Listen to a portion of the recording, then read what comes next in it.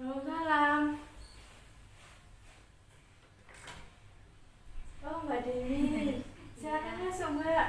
ya permisi ya. Iya, Terima kasih. sama-sama.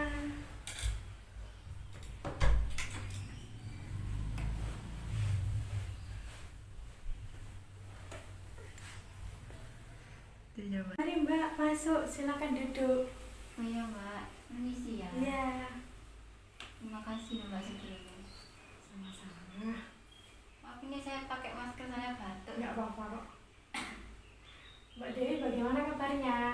Alhamdulillah kabar saya agak baik. Alhamdulillah. Mbak Dewi, kesibukannya sekarang bagaimana? Kalau saya itu kalau biasanya tuh kuliah sama bantu ibu saya kayak pekerjaan rumah gitu Mbak. Kalau boleh tahu, Ibu Mbak Dewi bekerja? Enggak, kadang bikin pesan makanan kayak minuman kalau ada yang pesen terus saya yang nganter kayak gitu. Oh iya, Mbak Dewi kan perempuan ya. Iya, Makanya, makanya harus siap membantu. Kalau boleh tahu, Mbak Dewi sekarang kuliahnya bagaimana? Kalau sekarang kuliahnya alhamdulillah lancar. Cuman ya tugasnya banyak, kadang ada kesulitan juga sih. Wajar Mbak, kan tugas itu. Iya. Kan namanya juga kita kan belajar, pasti ada tugas. Ya, kadang ya kesulitan itu bingung, yang bikin bingung kerjakannya kayak ini gimana ya sistematikanya, mau tanya teman tapi kadang teman juga nggak tahu, nanti aku tambah ngerepotin. Iya, Kayak benar. gitu. Benar. Kadang juga gitu kok Mbak. Tapi Mbak Dewi mempunyai usaha untuk nanya ke dosen langsung atau enggak? Nggak berani. Iya Mbak, kan takutnya kan itu dosennya. Kayak slow respon gitu. Kan dosen kan sibuk ya Mbak. Iya. Oh iya Mbak Dewi, apakah pernah mengikuti kegiatan konseling sebelumnya? Sudah sekitar 4 kali. Oh, berarti Mbak Dewi sudah pernah dan sudah tahu apa itu konseling ya? Ya sudah tahu. Oke. Perlu diingat ya Mbak Dewi bahwa konseling itu mempunyai asas, yaitu asas kerahasiaan. Jadi permasalahan semua Mbak Dewi yang diceritakan kepada saya tidak akan bocor kemana-mana. Apakah Mbak Dewi setuju? Oh ya, setuju, saya percayai Kak Sabina. Baik. Kalau Mbak Dewi setuju, silakan Mbak. Iya ya Mbak, ya hampir kelupaan. Kan di dalam konseling kan ada perjanjian waktu ya. Mari kita membuat perjanjian waktu terlebih dahulu. Kegiatan konseling ini kita memberikan waktu 30 menit. Apakah Mbak Dewi bersedia? Oh, maksimal 30 menit ya Mbak? Iya, baik, saya bersedia. Baik, terima kasih Mbak Dewi sudah bersedia. Mbak Dewi mengutarakan permasalahan yang sedang dihadapi. Silakan. Ya, jadi permasalahan saya saat itu, saya merasa demotivasi gitu, yang artinya saya kurang bersemangat. Kayak kalau belajar terus mau kuliah itu rasanya saya males gitu, kayaknya kayak nggak bergairah gitu Mbak untuk menjalani hidup sehari-hari. Seperti itu biasanya. Oh, jadi Mbak Dewi itu merasa cemas ya? Ya, rasa kayak cemas gitu kalau misalnya mau ada kuliah terus belajar itu juga cemas. Kalau boleh tahu, Mbak Dewi boleh ceritakan lagi rasa cemasnya itu seperti apa, Mbak? Rasa cemasnya itu kayak misalnya ya kan gini ceritanya, kala itu sekitar 2 minggu terakhir saya kan ada pembelajaran bahasa Inggris. Ya, bahasa Inggrisnya itu di kampung saya Kak. Dan saya itu disuruh maju sama komando saya, disuruh maju ke depan, tapi di situ saya tidak sempurna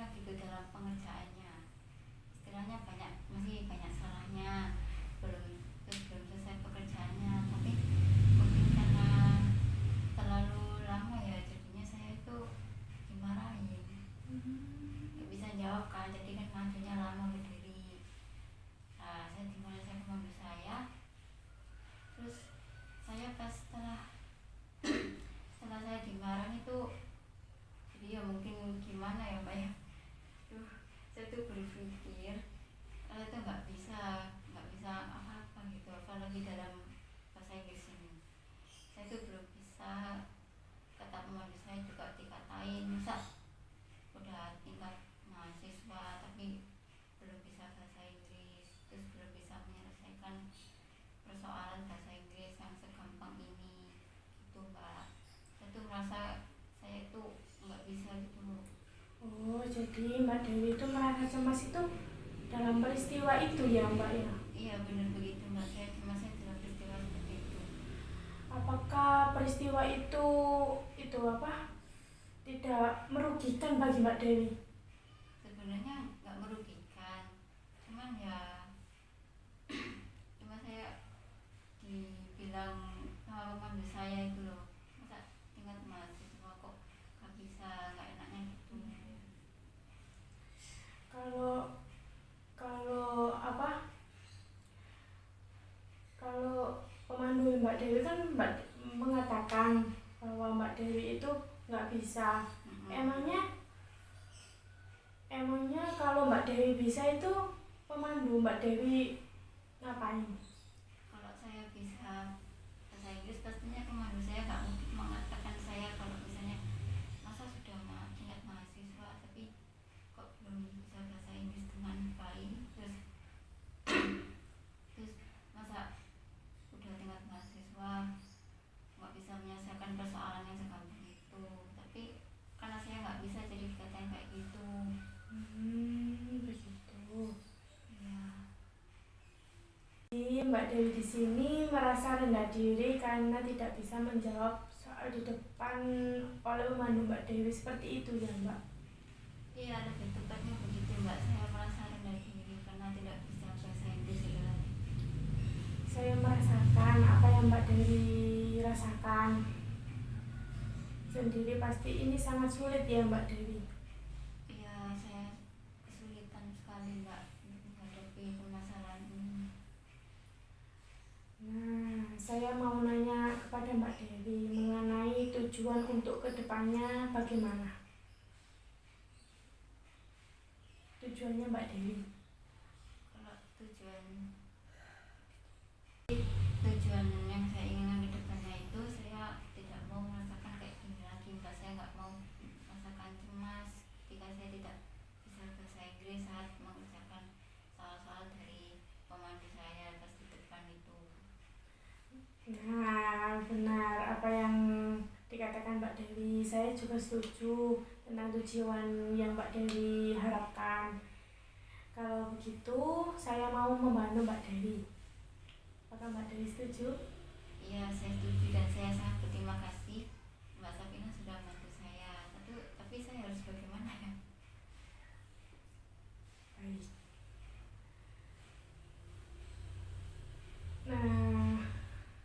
Nah, tadi kan Mbak Dewi di sini berpikir kalau Mbak Dewi itu merasa rendah diri, merasa tidak bisa dalam mata kuliah bahasa Inggris. Tapi sebenarnya Mbak Dewi kan juga bisa di mata kuliah yang lain, kayak mata kuliah yang lain kayak konseling, kayak bahasa Indonesia, statistika, kan begitu kan Mbak? Iya saya bisa di mata kuliah yang lain yang termasuk sosial kan, rukun sosial, kecuali bahasa Inggris itu tadi.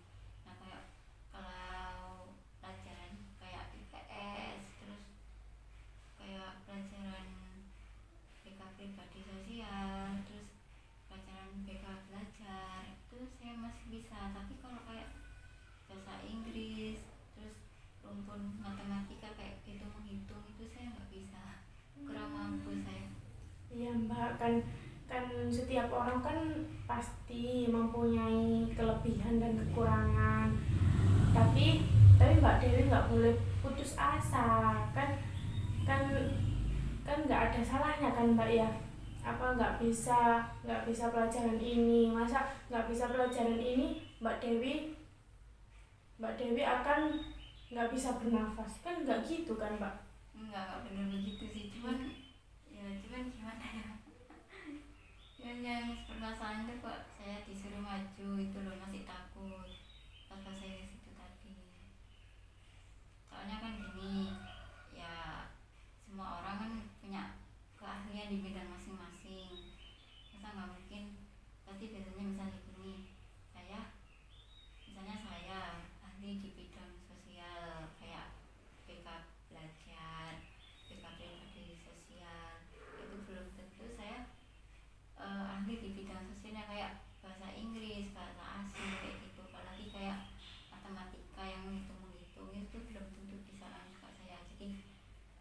saya tahu kalau misalnya semua orang punya kelebihan dan kekurangan masing-masing. Terus dan semua orang itu pasti punya keahlian di bidang sendiri-sendiri gitu. Kayak gitu, Mbak. Ya, Mbak Dewi juga sudah menyadari ya. Lalu bagaimana tanggapan dari orang tua Mbak Dewi? Apakah orang tua Mbak Dewi sudah mengetahui kalau Mbak Dewi mempunyai permasalahan tentang dimarah-marahin oleh pemandu Mbak Dewi itu tadi? Kalau orang tua itu mengenai yang saya dimarahi pemandu, saya itu enggak tahu karena saya enggak pernah cerita. Kalau nggak pernah bertanya kamu kenapa sedih gitu, nggak pernah Mbak? Ya pernah, cuman ya pernah ditanyai kamu kenapa kok sedih. Saya cuma bilang saya kurang mampu di bidang bahasa Inggris ini. Tapi kalau yang dimarah-marahin itu aku nggak pernah bilang. Lalu tanggapan dari orang tua Mbak Dewi gimana? Pasti memberikan semangat kan? Ya pastinya memberi saya semangat, motivasi supaya saya bisa belajar terus menerus. Jadi yang pertamanya nggak bisa terus menjadi bisa, meskipun saya tidak terlalu terampil di bidang bahasa Inggris itu. Nah, saya setuju tentang semangat yang diberikan oleh orang tua Mbak Dewi. Itu tadi kan tentang orang tua ya, bagaimana tanggapan orang tua. Sekarang tanggapan teman-teman Mbak Dewi. Apakah Mbak Dewi pernah cerita kepada teman-teman begitu? Kalau cerita ke teman-teman itu nggak pernah. Takutnya nanti malah jadi beban gitu. Jadi ya saya udah saya benar sendiri aja. Ya nggak bisa kan saya kalau misalnya saya cerita kalau saya tuh dimarahin gini pasti kan teman saya tuh kayak apa ya, takutnya malah jadi beban gitu. Ya udah mending nggak usah cerita aja. Iya benar Mbak, lebih baik diam ya Mbak ya. Iya, terus membenahi diri gitu. Nah, coba Mbak Dewi pikirkan kembali, Mbak Dewi resapi kembali. Tuh kan Mbak Dewi itu merasa rendah diri dan merasa kecewa karena dimarahin oleh pemandu Mbak Dewi karena tidak bisa menjawab semua soal. Tapi kan Mbak Dewi sudah mendapatkan dukungan dari orang tua, kayak memberikan semangat, memberikan sesuatu kan Mbak. Pasti orang tua akan memberikan reward kalau Mbak Dewi bisa merubah semua itu. Padahal Mbak Dewi itu kan bisa mata kuliah yang lain ya, selain bahasa Inggris itu tadi, karena kan susah ya Mbak ya bahasa Inggris. Soalnya kan bahasa Inggris kan harus mengerti artinya, Iya, terus mengerti grammarnya juga. Nah, iya. Pronounnya juga diperhatikan, yang susahnya itu. Nah, sekarang Mbak Dewi, apa dampak yang Mbak Dewi rasakan tentang permasalahan yang Mbak Dewi hadapi saat ini? Nah, sejak ada kejadian itu kan saya jadi males kayak belajar gitu Pak. Terus yang kedua itu tentu kayak kuliah atau mau kuliah itu takut, cemas. Apalagi kalau kayak ditunjuk-tunjuk gitu loh ya, kayak tadi itu permasalahan saya yang ditunjuk mengambil saya yang maju ke depan mengajarkan bahasa Inggris itu lagi ya Mbak gitu, kayak terus cemas gitu. Kalau belajar konsentrasinya saya itu juga menurun. Ya mungkin akibatnya nilai saya jadi turun juga, baik dari mata kuliah bahasa Inggris maupun mata kuliah yang lainnya gitu Mbak. Jadi dampak yang saya rasakan kayak gitu. Nah, kan sudah kelihatan itu dampaknya Mbak, kan pasti nggak baik kan. Makanya Mbak Dewi, tujuan Mbak Dewi itu benar tadi, tujuan Mbak Dewi untuk untuk mengurangi rasa cemas biar nggak cemas lagi begitu ya Mbak ya. Iya.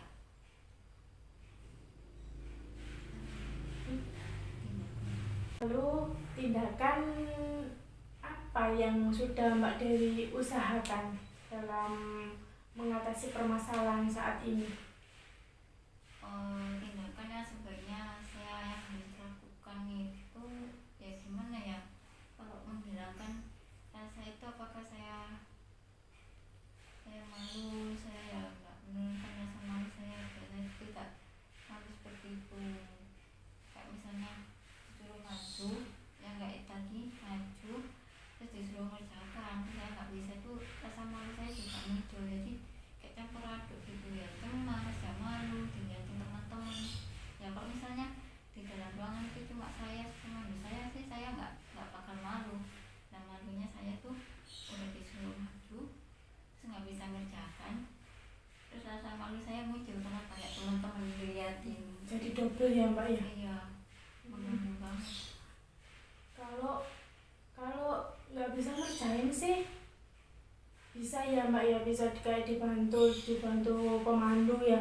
Kalau sudah dimarahin itu loh teman-teman kayak ya apa ya, Iya, ngeliatin terus. iya Malah jadi nah malu kan.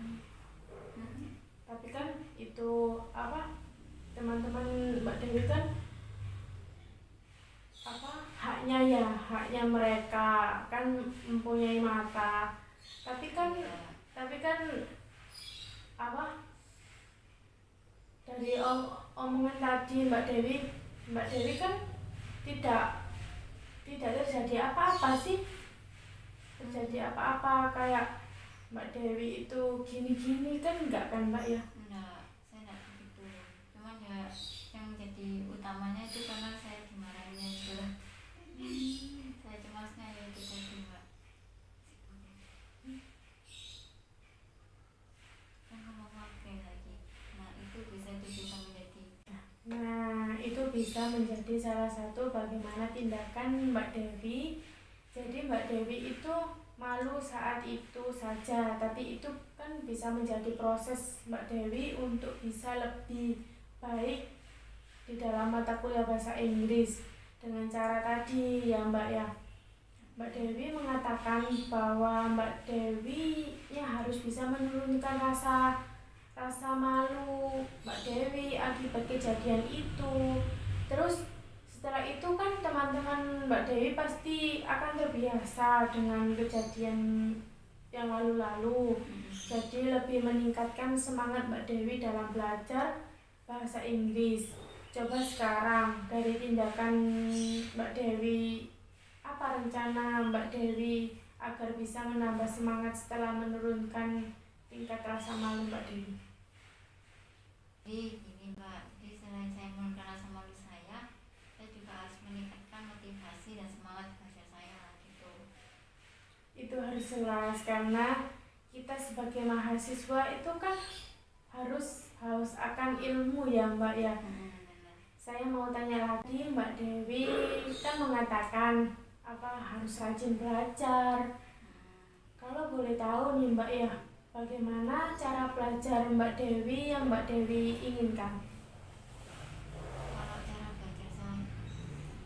belajar saya yang efektif menurut saya itu saya kayak perlu membuat peta konsep itu, mind mapping. Jadi kan lebih ringkas, lebih mudah diingat. Ya. Jadi kayak mungkin di bidang kayak mata kuliah saya juga bilang gini, kayak mata kuliah yang saya bisa ya, geografi sosial, kita belajar itu saya kalau belajar mesti pakai peta konsep, bikin dan mapping. Terus kalau misalnya kayak kurang jelas atau apa, kadang saya lihat YouTube juga. Kalau lihat YouTube kan penjelasannya lebih jelas gitu loh, lebih langsung ke intinya. Jadi saya langsung oh gini. Nah kalau misalnya saya kayak cuma baca buku kan itu kayak teorinya terlalu baku kan bahasanya. Banyak. Iya, terus teorinya banyak, terus bahasanya terlalu baku, bikin kesimpulan juga susah. Jadi saya tuh kurang bisa memahami gitu. Jadi intinya ya bikin peta konsep, mind mapping gitu, ringkasan pengingat aja. Nah, itu bisa malah memudahkan Mbak Dewi dalam proses belajar. Bagaimana membuat peta konsep seperti itu agar bisa memahami. Jadi Mbak Dewi tidak jenuh dan tidak merasa takut lagi lagi sedang berhadapan dengan mata kuliah itu. Lalu Mbak Dewi ingin seterusnya seperti apa? Jika Mbak Dewi ingin mendapat perlakuan dari pemandu Mbak Dewi, apa yang Mbak Dewi inginkan dan harapkan? Apa yang ingin Mbak Dewi hadapi yang sering marah-marah, terus Mbak Dewi itu tidak bisa mengerjakan, terus marah Mbak Dewi sebelum itu terjadi apa yang Mbak Dewi lakukan? Untuk ke depannya itu saya harus lebih menata emosi saya agar lebih stabil gitu Mbak. Jadi kan kayak misalnya emosi saya marah, saya harus memanage emosi saya supaya tidak marah-marah. Misalnya kalau habis dimarahin kan kayak apa ya, terenyuh gitu loh, rasanya kayak terenyuh gitu habis dimarahin. Sakit ya Mbak ya? Ya jadi saya harus lebih menata emosi saya itu. Nah, itu bisa juga Mbak Dewi itu tadinya merasa cemas, merasa kurang semangat gara-gara tidak bisa diberi pujian dengan pemandu Mbak Dewi, malah dimarahin karena tidak bisa menjawab semua soal yang di depan itu. Itu bisa dilakukan Mbak Dewi jika Mbak Dewi ingin menurunkan rasa malu, terus menurunkan rasa cemas yang berlebihan dengan cara belajar membuat peta konsep itu tadi ya Mbak ya, agar lebih mudah. Jadi itu bisa dilakukan Mbak Dewi untuk meningkatkan semangat Mbak Dewi. Nah, sekarang coba Mbak Dewi, apa yang Mbak Dewi rasa setelah Mbak Dewi bisa mengerti tindakan apa yang ingin Mbak Dewi lakukan? Kalau perasaan saya saat ini tuh lega, terus tindakan ke depannya saya lebih semangat belajar gitu, jadi membuat peta konsep itu Mbak. Ya benar. Kalau Mbak Dewi sudah ngerti kan Mbak Dewi pasti diberikan reward ya kan ya, kan kayak diberikan pujian walaupun sama dosen, walaupun sama orang lain kan semua orang pasti habis diberikan pujian kan pasti merasa senang ya Mbak ya. Kayak merasa usaha itu dihargai gitu loh. Ya benar. Nah sekarang kalau misalnya Mbak Dewi berpikiran negatif tadi ya Mbak ya, seperti itu berpikiran negatif pada diri Mbak Dewi sendiri akan berdampak juga pada diri sendiri. Jadi kalau Mbak Dewi berpikir saya itu takut, tidak bisa merasa kurang semangat, jadi Mbak Dewi hasil belajar kan menurun. Nah, itu bisa dirubah bahwa perkataan oleh pemandu Mbak Dewi tadi kan ya, yang Mbak Dewi itu nggak bisa. Itu bisa Mbak Dewi, seharusnya Mbak Dewi itu bisa lebih semangat. Kan kayak gini loh Mbak. Mbak Dewi itu menganggap pemandu Mbak Dewi itu sedang menasihati Mbak Dewi. Jadi sebuah perkataan yang dikeluarkan oleh pemandu Mbak Dewi itu bisa dijadikan motivasi untuk Mbak Dewi itu bangkit, saya harus bisa begitu. Kalau Mbak Dewi sudah merasakan itu, sudah bisa memecahkan sebuah permasalahan itu, sudah clear gitu Mbak, hidup Mbak Dewi pasti lebih tenang. Iya ya, saya ya menyadarinya seperti itu sih Mbak. Dan saya juga setuju dengan apa yang disampaikan sama jenengan. Nah, berarti Mbak Dewi langkah selanjutnya harus belajar membuat peta konsep, belajar mengatur emosi, belajar tidak cemas lagi, merasa tidak malu, kayak urusanku ya urusanku, urusanmu ya urusanmu, terserah kamu, kan gitu kan Mbak ya. Kan bisa kayak nggak punya rasa malu gitu loh Mbak. Jadi ya terserah kan mulut mulut orang kan ada yang baik, ada yang buruk, kan gitu kan Mbak? Iya, iya juga ya. Soalnya kan kita hidup itu nggak harus dengerin omongan orang kan gitu. Iya. Jadi kalau misalnya saya lagi dimarahin sama ibu saya lagi, saya tuh nggak mungkin merasa malu karena ya wajar sih, orang saya juga nggak bisa mengucapkan bahasa Inggris pas maju ke depan, ya wajar kalau dimarahi karena saya nggak bisa. Itu kayak sebuah apa ya, teguran gitu loh buat saya. Nah, kalau ibaratnya gini ya Mbak ya, kalau Mbak Dewi mau ke tujuan kemana ya, pasti itu kan jalannya kan ada menggok, ada junggalan, ada polisi tidur, pasti kan nggak lurus terus. Ya itu tadi, kalau masalah itu pasti bisa terlewati. Tapi Mbak Dewi itu harus semangat, semangat, semangat. Saya percaya saya itu bisa. Saya bisa melewati semua ini, saya bisa menyelesaikan semua ini. Nah, apakah Mbak Dewi ada yang mau ditanyakan lagi kepada saya? Jadi sebenarnya saya berterima kasih sudah menyempatkan kepada sebenarnya saya terima kasih kepada Mbak Safina sudah menyempatkan diri untuk menerangkan kelah kesusahan saya betul kan? Iya, nggak apa-apa Mbak. Kan hujan-hujan gitu. Iya, masih mencoba. Biasanya saya terima kasih sama Mbak Safina sudah memberikan semangat kepada saya. Terus saat ini saya sudah tidak ada yang saya sampaikan lagi, sudah cukup Mbak. Cukup. Alhamdulillah, kalau Mbak Dewi sudah lega, sudah cukup, nggak apa-apa kok Mbak. Kalau Mbak Dewi mempunyai permasalahan lagi atau mau curhat-curhat begitu, nggak apa-apa, langsung aja kalau ketemu dengan saya, langsung aja saya mau bercerita gitu, nggak usah sungkan Mbak. Kan kita kan apa, manusia kan saling membutuhkan ya. Iya benar. Sebenarnya saya sangat terima kasih banyak. Saya kalau misalnya ada kesulitan, saya ada permasalahan, saya akan kembali lagi kepada Mbak Safina untuk menceritakan permasalahan saya. Iya boleh kok Mbak.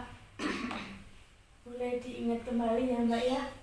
Kan Mbak Dewi itu tadi dengan cara menurunkan rasa cemas, menurunkan rasa takutnya Mbak Dewi dengan belajar itu tadi kan, Mbak Dewi bisa mencobanya di rumah. Dari setiap kapanpun. Kalau nggak sama saya kan Mbak Dewi bisa melakukan sendiri ya di rumah ya. Mbak Dewi boleh melakukan sendiri di rumah, kayak bercermin kepada kaca. Kenapa sih saya harus malu? Kayak nentang pada diri Mbak Dewi kan. Walaupun Mbak Dewi itu berbicara dengan Mbak Dewi sendiri, tapi Mbak Dewi itu pasti artinya Mbak Dewi akan oh iya ya gitu. Iya, kayak menyadari gitu. Berarti Mbak Dewi bertemu saya kembali lagi, Mbak Dewi bisa menceritakan tentang permasalahan ini, kayak apa yang sudah dirubah oleh Mbak Dewi, kayak semisalnya Mbak ya ada pemandu Mbak Dewi datang lagi, saya kemarin bisa mengerjakan bahasa Inggris, saya harapkan begitu ya Mbak ya. Iya, baik, saya akan laksanakan itu tadi, saya laksanakan di rumah. Terus saya seminggu lagi saya kesini gitu ya. Iya. Jam berapa ya? Kayak seperti sekarang ya Mbak. Oh ya, pagi berarti ya. Iya. Baiklah, kalau begitu saya sangat terima kasih sama Mbak Safina sudah membantu saya, sudah memfasilitasi saya, sudah membimbing saya dalam untuk mengentaskan permasalahan saya ini. Saya sangat terima kasih. Tapi sebenarnya saya minta maaf kalau misalnya kata-kata saya saat itu ada yang kurang berkenan gitu Mbak. Saya juga minta maaf kalau saya menyinggung Mbak Dewi, saya kayak kata-kataku nggak jelas gitu kan Mbak ya. Saya juga meminta maaf kepada Mbak Dewi. Kalau Mbak Dewi boleh, saya minta maaf. Ya, saya juga minta maaf. Kalau itu saya pamit pulang dulu ya Mbak ya. Iya. Ya, terima kasih. Hati-hati ya Mbak. Ya, Assalamualaikum. Waalaikumsalam.